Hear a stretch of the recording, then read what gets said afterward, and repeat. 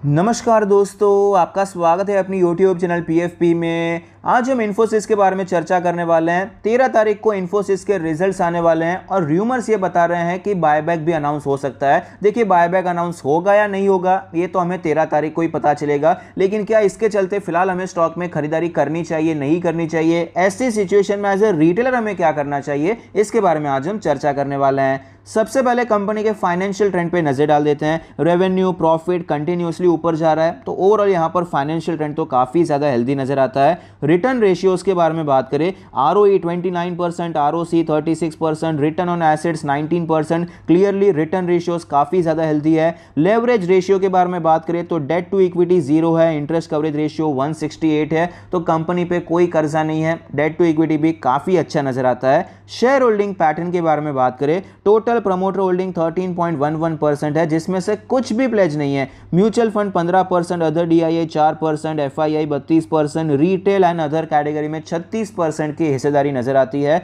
तो share holding pattern देखिए एकदम फैंटास्टिक तो नहीं है, क्योंकि प्रमोटर के पास कम होल्डिंग आपको नजर आती है।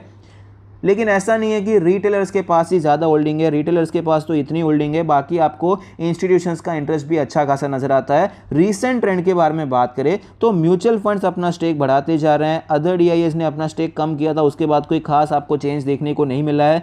FIIs अपना स्टेक फिलहाल यहाँ पर रिड्यूस करते हुए नजर आते हैं। तो रीसेंट ट्रेंड में कोई बहुत ज़्यादा घबराने वाली चीज़ है ऐसा मुझे नहीं लगता है। वैल्यूएशन के बारे में बात करें, 26 का P रेशियो है, सेक्टर का 24 है, प्राइस टू बुक रेशियो 8 है, सेक्टर का 7 के आसपास है। वैल्यूएशन भी बहुत ज्यादा महंगा नहीं है, सेक्टर के साथ ही चलता हुआ नजर आता है।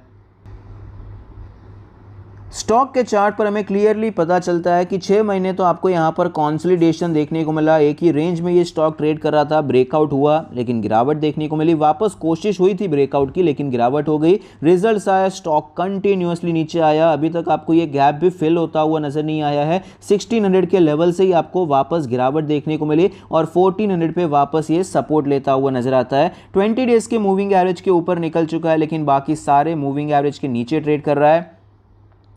डेली RSI 48 का लेवल है, यहां पर मोमेंटम इतना ज़्यादा स्ट्रांग तो नहीं हुआ है, लेकिन रिकवरी नजर आती है।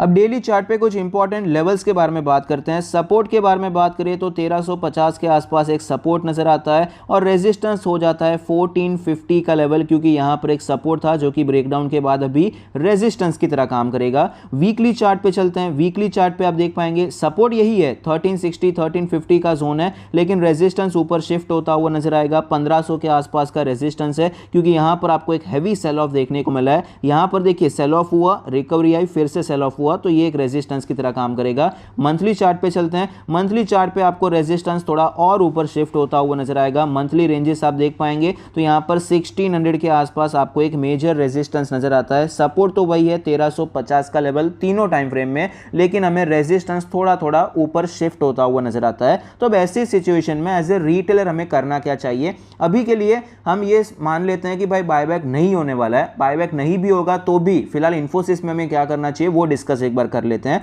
तो इन्फोसिस में फिलहाल जिस प्रकार से सिचुएशन दिखाई पड़ती है, अगर हम शॉर्ट टर्म के लिए काम करना चाहते हैं, रिस्क रिवॉर्ड रेशियो इतना फेवरेबल नजर नहीं आता है, अवॉइड करेंगे तो ज्यादा बेहतर रहेगा। अगर हम 1500 का लेवल भी कंसीडर करते हैं एज ए टारगेट, उससे पहले 1450 का लेवल भी रेजिस्टेंस है, सेकंड रेजिस्टेंस 1500 का लेवल आएगा, लेकिन अगर हम 1500 भी कंसीडर करते हैं तो भी रिस्क रिवॉर्ड रेशियो अच्छा नहीं बैठ रहा है। स्विंग ट्रेड के लिए मेरे हिसाब से अवॉइड करना चाहिए। पोजिशनल ट्रेड के बारे में बात करें तो पोजिशनल ट्रेड के लिए इतनी ज़्यादा स्ट्रेंथ फिलहाल चार्ट में नज़र नहीं आती है, लेकिन फिर भी अटेम्प्ट यहाँ पर करने के बारे में सोच सकते हैं, क्योंकि ऑलरेडी हमने TCS के वीडियो में भी डिस्कस किया कि किस प्रकार से IT सेक्टर में जो गिरावट हो रही है वो गिरावट हो रही है US बेस्ड रिसेशन की बातें हो रही है, ग्राउंड लेवल पर वहाँ पर हालत ख़राब हो रही है। तो ये जो बड़ी कंपनीज है हमारी TCS, इन्फोसिस, इनका मेन पैसा आता है US से, यूरोप से, तो क्लियरली इंपैक्ट तो पड़ेगा। लेकिन साथ ही साथ भाई डॉलर भी तो स्ट्रांग हुआ है, रुपी वीक हुआ है, तो ये एक फायदे वाली बात है IT कंपनीज के लिए, लेकिन इसको मार्केट इग्नोर कर रहा है। थोड़ा सा यहाँ पर बैलेंस भी आपको होता हुआ नजर आ सकता है,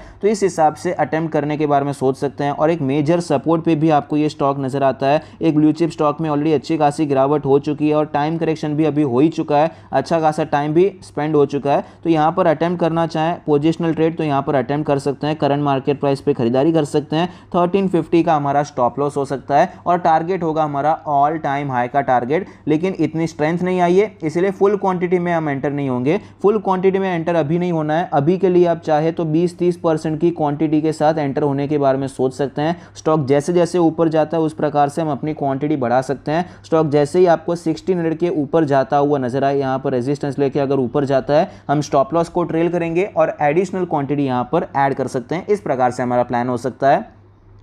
लॉन्ग टर्म के बारे में बात करें तो भी एक अच्छा प्राइस है। करंट मार्केट प्राइस पे आप लॉन्ग टर्म में खरीदारी करने के बारे में सोच सकते हैं। अगर आपका विजन 5 से 10 साल का है तो ये एक अच्छा प्राइस है। ऐसा नहीं है कि वैल्यूएशन बहुत ज़्यादा महंगा चल रहा है, डिसेंट वैल्यूएशन है। प्राइस करेक्शन भी अच्छा खासा हो चुका है और टाइम भी यहाँ पर हो चुका है। यहाँ पर आपको ऑलरेडी ये लेवल पे पहले भी स्टॉक मिल चुका था, फिर आपको 2-4 महीने बाद फिर से मिल रहा है, तो टाइम भी निकल चुका है। इस हिसाब से आप सोचकर लॉन्ग टर्म के लिए खरीदारी करना चाहें तो कर सकते हैं। अब बात आती है अगर बायबैक होता है तो क्या। अगर बायबैक होता है तो देखिए 2 रूट से होता है। एक तो टेंडर रूट होता है। मान लीजिए कंपनी ने फिक्स किया कि भाई 1900 का हमारा प्राइस है, तो जिसके पास भी स्टॉक रहेगा 1900 में आप टेंडर कर सकते हैं। उसका एक एक्सेप्टेंस रेशियो निकल कर आएगा। 100 में से शायद आपको 20 शेयर जाएंगे, 30 जाएंगे, 50 जाएंगे, 100 जाएंगे, ये तो बाद में पता चलेगा, लेकिन ऐसे एक्सेप्टेंस रेशियो मिल जाता है। तो ये एक टेंडर रूट हो गया। एक मार्केट से, यहाँ पर ओपन मार्केट से भी आपको बायबैक होता हुआ नजर आ सकता है। कंपनी डिसाइड करती है कि भाई ये मान लीजिए 2000 का प्राइस है, जब तक स्टॉक 2000 के नीचे है तब तक हम यहाँ पर खरीदारी करते रहेंगे। जितना हमारा बायबैक का साइज है, मान लीजिए 2000 करोड़ का बायबैक है, ऑफकोर्स बड़ा ही होगा इन्फोसिस के लिए, जस्ट मैं आपको एग्जाम्पल दे रहा हूँ। इतना सपोज बायबैक करना है तो 2000 करोड़ का जब तक शेयर्स यहाँ पर खरीद नहीं लिया, जितने इक्विटी शेयर्स यहाँ पर उन्होंने डिसाइड किया है कि this number of equity shares we are going to buyback, जब तक वो हो नहीं जाते हैं और जब तक स्टॉक 2000 के नीचे हम खरीदते रहेंगे। इस हिसाब से भी किया जाता है। तो दोनों केस में यहाँ पर इन्फोसिस के इन्वेस्टर्स को फायदा हो सकता है।